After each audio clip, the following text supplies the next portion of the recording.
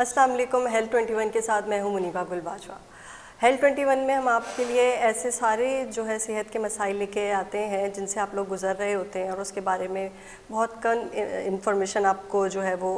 मिलती है या आप नेट पर अगर हो भी अवेलेबल तो उसको समझना थोड़ा मुश्किल है। आज ऐसे ही एक इशू पे हम बात करेंगे अनएड्रेस मस्कुलर इशू के ऊपर और a pathway to chronic neurological and orthopedic conditions. ये कंडीशंस क्या होती हैं इस पे हम डिटेल में गुफ्तगू करेंगे। मुझे ज्वाइन किया है स्टूडियो में डॉक्टर मोहम्मद तनवीर ने, उन्हें खुश आमदीद कहते हैं। डॉक्टर साहब मुझे ये बताइएगा कि बेसिकली ये जो हम जिस मौजू पे बात कर रहे हैं कि दायमी न्यूरोलॉजिकल और ऑर्थोपेडिक जो पेचीदगियों की राह है, ये है क्या बेसिकली? सबसे पहले जो है मैं बताना चाहता हूँ टॉपिक का जो ब्रीफिंग है ताकि आवाम को जो है पता चल जाए। इसमें हम बोलते हैं अनएड्रेस्ड मस्कुलोस्केलेटल इश्यूज़,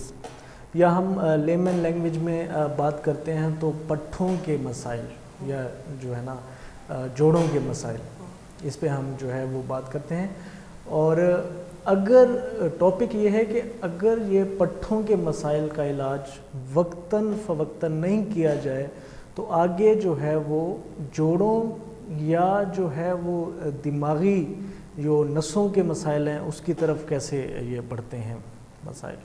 तो ये हमारा टॉपिक है। यानी कि जो पट्टों की कमज़ोरी है ये किस तरीके से असरअंदाज हो सकती है दिमागी बीमारियों पे भी और हड्डियों के जो है मुख्तलिफ? जी बिल्कुल बिल्कुल, इसी पे हम आज बात करेंगे। ठीक है, तो सबसे पहले मुझे ये बताइएगा कि जो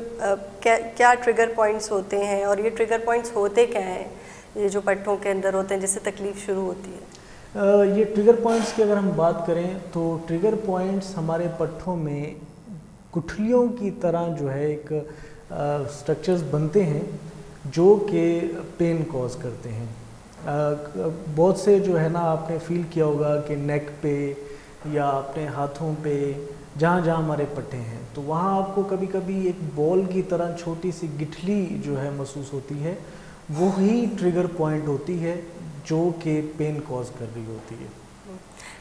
तो डॉक्टर साहब ये भी बताइएगा कि ये अक्सर गुठलियाँ जो होती हैं समटाइम्स कुछ इंजेक्शन लगाने से भी बन जाती हैं गलत तरीके से, कुछ कभी आप डॉक्टर को दिखाएं तो अक्सर डॉक्टर ये कहते हैं कि ये फैट्स जमा हो गए हैं जिसकी वजह से ये बन गई हैं, या इसको कैसे डिस्टिंग्विश करेंगे हम कि आम गुठलियाँ या कैंसर की गुठलियाँ या इस तरह की जो गुठलियाँ हैं वो कैसे आप इसमें फ़र्क कर सकते हैं? जी बिल्कुल,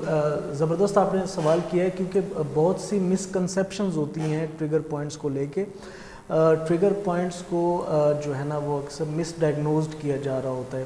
तो वो लिम्फ नोड्स भी बता दिया जाता है या इस तरह की जो इंजेक्शंस के बाद एक स्वेलिंग सी हो जाती है उससे भी उसको जो है वो हो जाती है, आपस में कोरिलेशन हो जाती है। तो जो ट्रिगर पॉइंट है इसको हम डिफरेंशिएट ऐसे कर सकते हैं कि ये जो ट्रिगर पॉइंट होगा ये तो एक पेनफुल होगा, इसका जब हम इसको जो है वो प्रेस करेंगे जहाँ पे हमें फील हो रही है तो इसमें एक रेफरल पेन आपको फील होगा। रेफरल पेन मतलब वहाँ से पेन स्टार्ट होगा और आपके उस वहाँ से दूर जाएगा।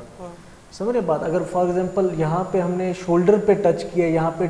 गुठली बनी हुई है तो वो गुठली का पेन आपको यहाँ से रेफर करता हुआ या तो आपके नेक की तरफ जाएगा, रेफरल पेन ये होता है कि ट्रेवल करता है, या फिर वो शोल्डर से ट्रेवल करता हुआ बाजू में आएगा। तो ये जो है मिसकंसेप्शंस हो जाती है या जो है मिसडायग्नोज हो जाता है बाजू का,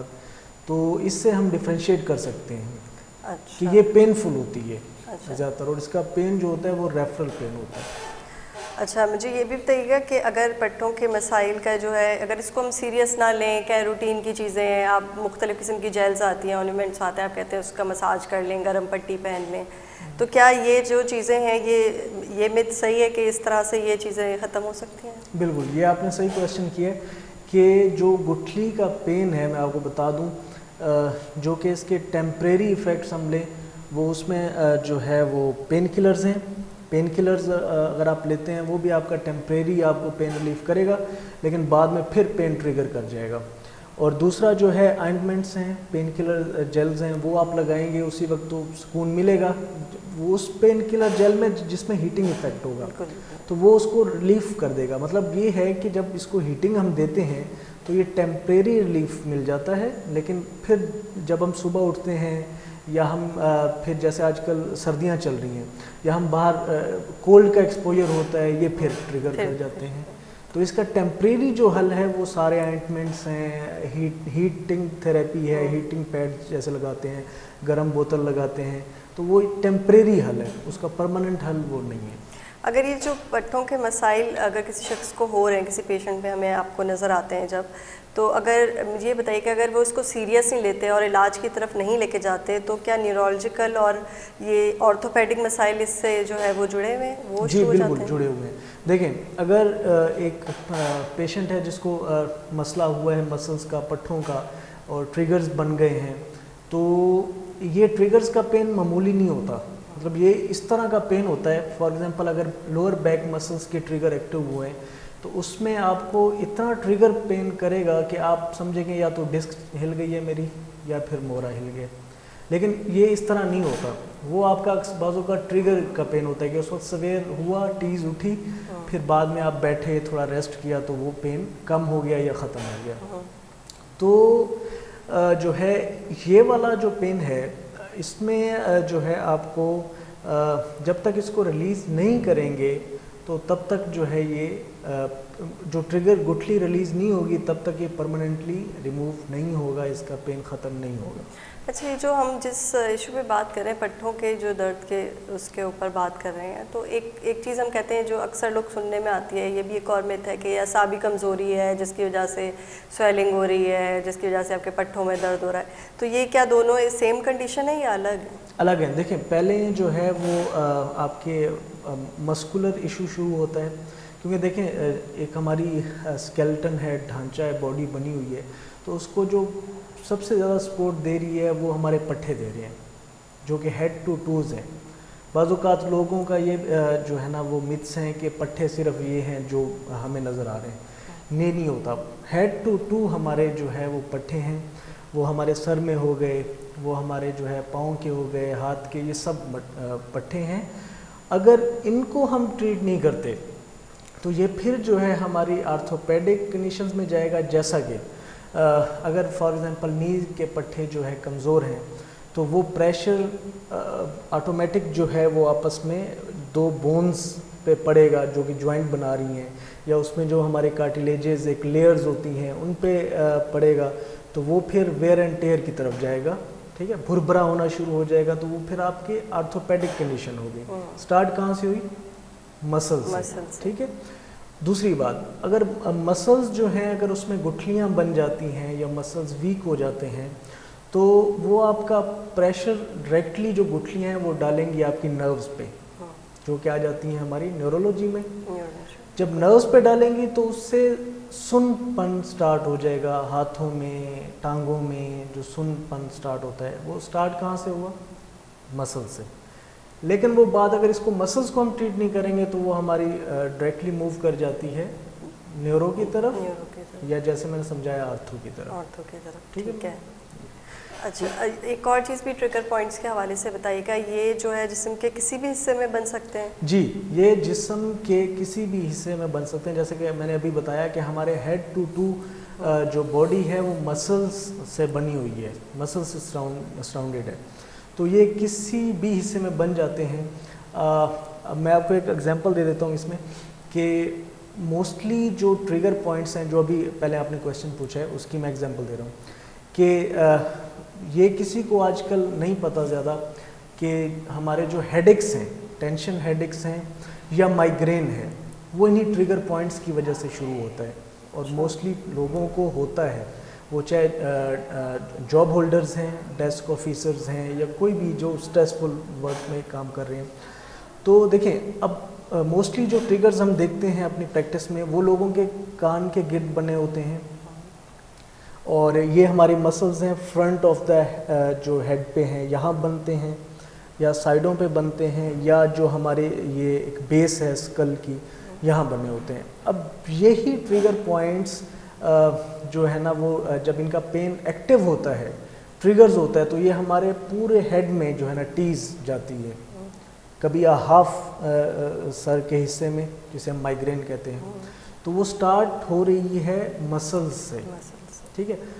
अगर इसी को ट्रीट नहीं करेंगे तो ये ट्रिगर पॉइंट्स ऐसे हैं कि ये इसका आपको टेम्परेरी हल मिलता रहेगा लेकिन परमानेंट नहीं होगा। जैसे कि आपने पेन किलर्स जल्द लगा दी, पेन किलर्स खा ली,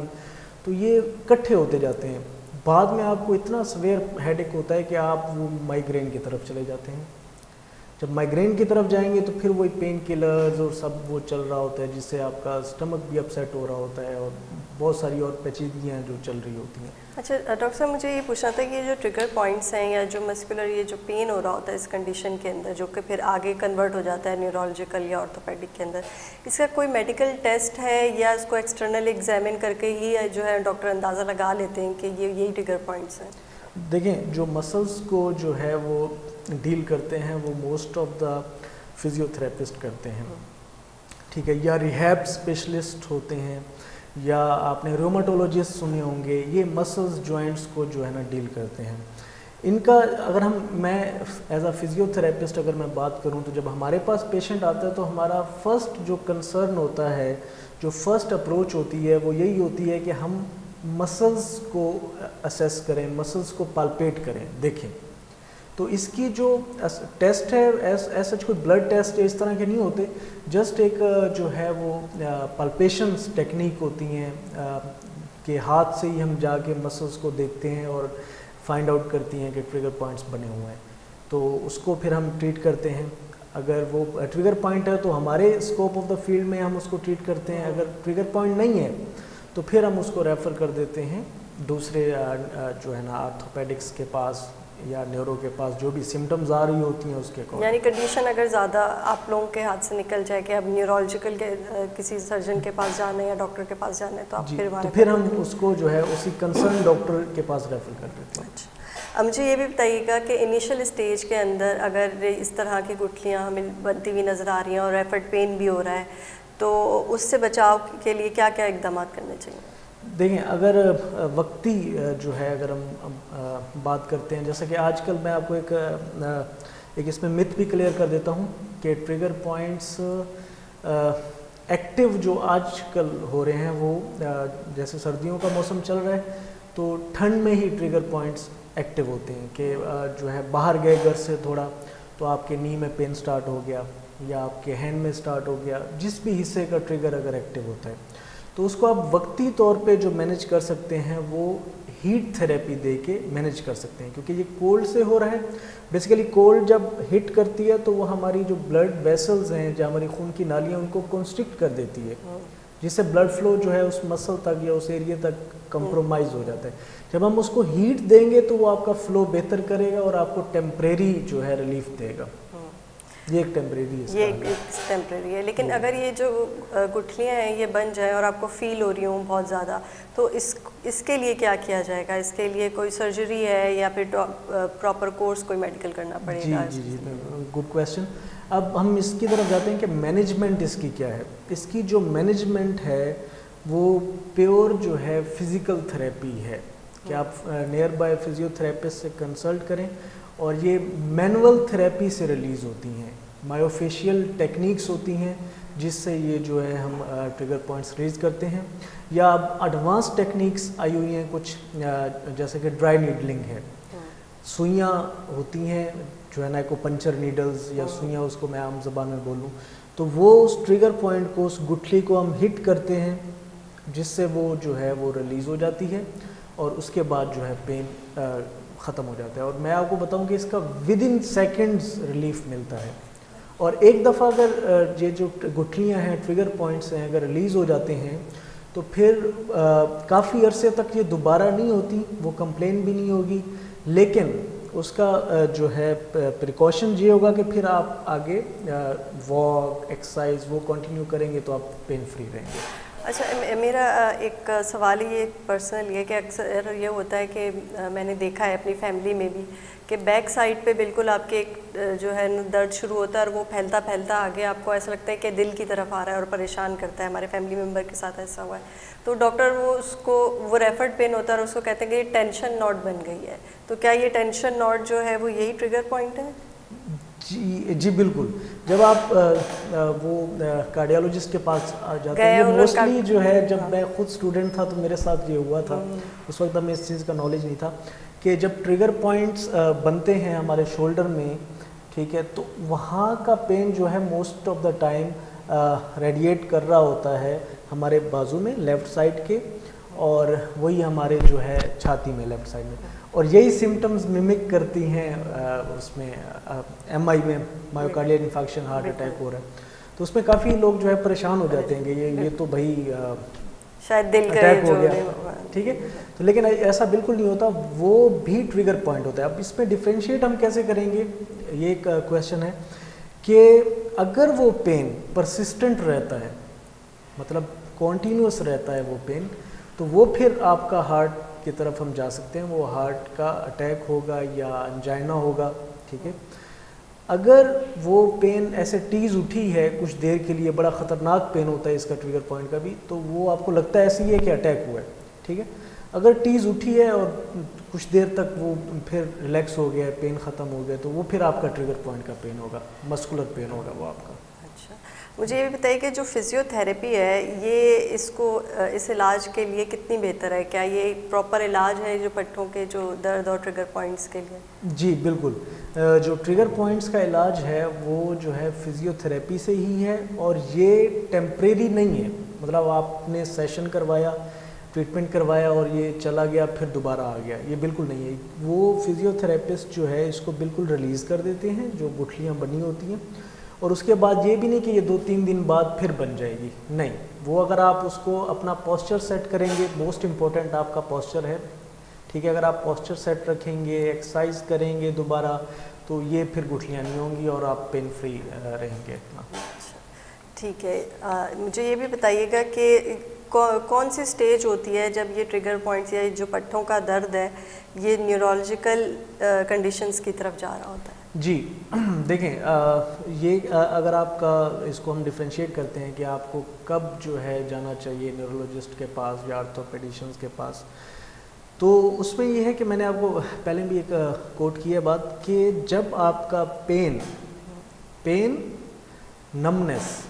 टिंगलिंग सेंसेशंस आती है, जैसे कोई चीज़ आपकी जो है वो बाजुओं पे चल रही है, टांगों पे चल रही है, या सुन हो रहे हैं और वो परसिस्टेंट रह रहे हैं, मतलब ख़त्म ही नहीं हो रही, तो फिर आपको न्यूरोलॉजिस्ट के पास जाना चाहिए और कंसल्ट करना चाहिए। अगर हाथों का सुनपन जो है या पेन है वो आपका टीज़ उठती है और फिर ख़त्म हो जाती है, या आप रेस्ट करते हैं फिर जो है ख़त्म हो जाती है, तो फिर आपको जो है फिजियोथेरेपिस्ट से कंसल्ट करना चाहिए। और ये ऑर्थोपेडिक की तरफ कब रेफ़र करेंगे इसको, कि कौन सी कंडीशंस? ऑर्थोपेडिक की तरफ तब रेफ़र करेंगे कि जब आपका जो मसल पेन है या जॉइंट पेन है वो जो है ना रेस्ट करने से ठीक हो रहा है, ठीक है, और आप काम कर रहे हैं फिर भी आपके जॉइंट्स पेन हैं, आप रेस्ट कर रहे हैं फिर भी जॉइंट्स पेन हैं, या कोई आपको ऐसी चोट लगी है ज़बरदस्त किस्म की कि उसके बाद फिर पेन जा ही नहीं रहा, ठीक है, तो उसमें कोई आपका टेयर हो सकता है या आपका जॉइंट जो है वो ब्रेक हो सकता है इस तरह का, तो तब आपको जो है ऑर्थोपेडिक के पास जाना चाहिए। अगर कोई पेशेंट है डॉक्टर साहब जिसको ये पट्टों के मसाइल हैं और वो इलाज की तरफ नहीं जाता, तो उसकी जो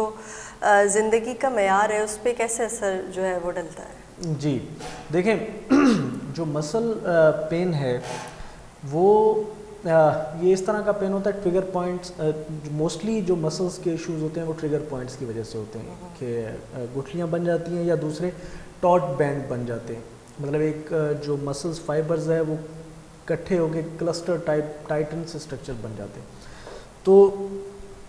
ये वाले अगर इसको हम ट्रीट नहीं करेंगे या इसको हम इग्नोर करेंगे तो वो आपकी रूटीन वर्क में या आपकी एक्टिविटीज़ ऑफ डेली लिविंग्स में काफ़ी जो है ना असरअंदाज हो सकते हैं। जैसा कि अगर मैं बात करूं हाउसवाइफ्स की, तो उन्होंने रूटीन के किचन्स के काम करने होते हैं या जो घर की सफाई वगैरह होती है, तो ट्रिगर का जो पेन है या मसल का पेन है वो एक्टिव ही तब होगा जब आप कोई हैवी लिफ्टिंग करेंगे या कोई वर्क कर रहे हैं फोर्सफुल, तो वो आपके एक्टिव हो जाएंगे, तो उसी वक्त आप काम नहीं कर सकेंगे। तो दूसरा जो है ऑफिस में भी सेम इसी तरह है, अगर आपके ट्रिगर पॉइंट्स या मसल्स का इशू है या मसल वीकनेस है तो उसमें आपको ना सिटिंग मोस्टली जो है ऑफिस वर्कर करते हैं, तो सिटिंग नहीं हो पाएगी। जब सिटिंग नहीं होगी, पेन डिस्टर्ब करेगा, तो आपके जो काम है उस पर दखल अंदाजी होगी, वो सही से आप नहीं कर सकते। अच्छा, अक्सर पेशेंट्स ये शिकायत करते हैं कि जी असाबी कमज़ोरी है, शोल्डर स्वेल हो जाते हैं जब घर जाते हैं, ख़ासतौर पे वर्किंग लेडीज़ और जेंट्स की अगर बात की जाए तो मेल और फीमेल में अक्सर ये देखा गया है कि जी स्वेलिंग हो रही होती है शोल्डर्स के अंदर या टांगों में दर्द हो रहा होता है, एंड कार्व्स में ख़ास तौर के ऊपर, तो उसको कहा जाता है कि असाबी कमज़ोरी है, वाइटामिन्स ले लें तो सही हो जाएंगे। क्या ये दर्द भी बिल्कुल, इस दर्द को भी हम ये पट्टों के जो आज का टॉपिक है इसी के अंदर ही शामिल करेंगे या ये कुछ और है? नहीं, बिल्कुल इसी में हम शामिल करेंगे। देखें, स्वेलिंग कब होती है? जब कोई चोट लगती है। अगर आपको चोट नहीं लगी, कुछ भी नहीं हुआ, नॉर्मल आप देख रहे हैं कि स्वेलिंग है, फिर वो स्वेलिंग नहीं है, वो आपका ट्रिगर बना हुआ है। ट्रिगर कुछ छोटी सी नहीं होती, आप उसको फील कर सकते हैं। आप अगर आंखों से देखेंगे वो आपको लगेगी कि उभरी हुई जगह कोई जो लाइक स्वेलिंग आपको नज़र आ रही है। ये काफ़ी जो है इसमें मिसकंसेप्शन भी हो जाती हैं और मिसडायग्नोज भी मोस्ट ऑफ द टाइम हो जाता है कि हम उसको स्वेलिंग से जो है वो जोड़ रहे होते हैं, लेकिन वो ट्रिगर पॉइंट होता है या टॉट बैंड होता है जो कि हमारी स्किन है वो उभरी उभरी हमें फील होती है। अगर तो कोई चोट लगी है तो हम उस तरफ सोच सकते हैं कि स्वेलिंग है, अदरवाइज हम इसको नहीं सोच सकते। बहुत शुक्रिया। डॉक्टर मोहम्मद तनवीर हमारे साथ थे और फिजियोथेरेपिस्ट हैं और बड़े डिटेल से उन्होंने बात की और हमें बताया कि जो पट्टों के दर्द हैं वो कब न्यूरोलॉजिकल कंडीशंस की तरफ चले जाते हैं, कब ऑर्थोपेडिक कंडीशंस की तरफ चले जाते हैं अगर आप उनका ध्यान ना रखें तो। उम्मीद है आपको आज का प्रोग्राम अच्छा लगा होगा। मुनीबा गुल और हेल्थ 21 को दीजिएगा इजाज़त। अल्लाह हाफ़िज़।